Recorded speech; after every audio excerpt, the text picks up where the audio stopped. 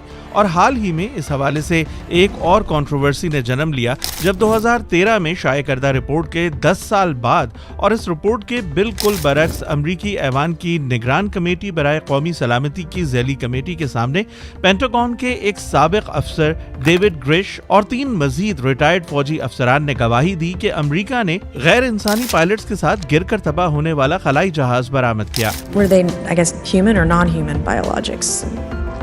Non-human, and that was the assessment of people with direct knowledge on the program I talked to that are currently still on the program. Greyish کے اور 3 سابق فوجی افسران نے گواہی دی کہ وہ بذات خود اس حقیقت سے واقف ہیں کہ ان کی وفاقی حکومت نے پائلٹس اور عام شہریوں کی جانب سے عجیب و غریب واقعات کی شہادتوں کو کس طرح سے ہینڈل کیا یا ایسی خبروں کو دبا دیا گیا۔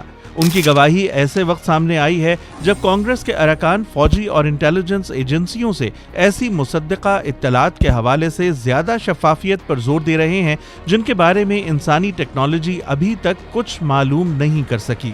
2013 میں بظاہر ان کو اقرار کرنا پڑا کہ یہ ایک ٹاپ سیکرٹ سرکاری علاقہ ہے جہاں لوگوں کا داخلہ مکمل طور پر ممنوع ہے، اور اگر یہاں کوئی سسپیشیس ایکٹیویٹی ہوئی تو ڈیڈلی فورس سے رپلائی کیا جائے گا۔ بار بار وارننگ وارننگ وارننگ لکھ رکھا ہے۔ 2013 میں امریکی حکومت نے ایک آفیشل رپورٹ جاری کی کہ امریکی فضائیہ کی ایڈورڈز ایئر فورس بیس کا نیواڈا ٹیسٹ اور ٹریننگ رینج ایک جدا علاقہ ہے جسے ایریا 51 کے نام سے جانا جاتا ہے۔ CIA کے مطابق علاقے کا نام ہومی ایئرپورٹ اور گروم لیک ہے، تاہم ویتنام جنگ کے دور سے ہی CIA کی دستاویزات میں اس کا نام ایریا 51 استعمال کیا جاتا ہے۔ اس کے دیگر نام dream land, paradise range, home base اور واٹر ٹاؤن ہیں۔ علاقے کے گرد اسپیشل یوز ایئر اسپیس کو ریسٹرکٹڈ ایریا 4808 نارتھ کہا جاتا ہے۔ بیس کا موجودہ بنیادی مقصد عوامی سطح پر نامعلوم ہے، تاہم تاریخی شواہد کی بنیاد پر اس کا مقصد جاسوس طیاروں اور ہتھیاروں کے نظام کی ترقی اور جانچ تسلیم کیا جاتا ہے۔ بیس کے ارد گرد انتہائی رازداری کی وجہ سے یہ کئی نظریات کا موضوع بنا رہا۔ جولائی 2013 میں CIA نے پہلی بار عوامی سطح پر بیس کے وجود کو تسلیم کیا اور ایریا 51 کی تاریخ اور مقصد کی خفیہ دستاویزات منظر عام پر لائی گئیں۔ دستاویزات کے مطابق ایریا 51 کا انتخاب CIA اور امریکی فضائیہ کے عملے کی جانب سے 1955 میں فضائی جائزوں کے بعد کیا گیا اور اس وقت کے امریکی صدر آئزن ہاور نے ذاتی طور پر اس کی منظوری دی تھی۔ ایریا 51 نامی یہ علاقہ صحرا کے دور دراز حصے میں گروم لیک کے گرد واقع ہے اور اس کے ساتھ جوہری تجربات کرنے کی جگہ ہے۔ دفاعی امور کے صحافی اور مصنف کرس پوکوک نے BBC سے بات کرتے ہوئے کہا کہ U2 یقیناً انتہائی خفیہ پروگرام تھا اور انہیں اس سے متعلق ہر چیز خفیہ رکھنی تھی۔ اب U2 کیا ہے؟ U2 بیسیکلی طیارے ہیں جو سر جنگ کے زمانے میں سوویت یونین کی جاسوسی کے لیے تیار کیے گئے تھے اور آج بھی امریکی فضائیہ کے زیر استعمال ہیں۔ اس کے علاوہ ایریا 51 کو آج بھی دنیا خلائی مخلوق کے ساتھ رابطے کا ذریعہ خیال کرتی ہے۔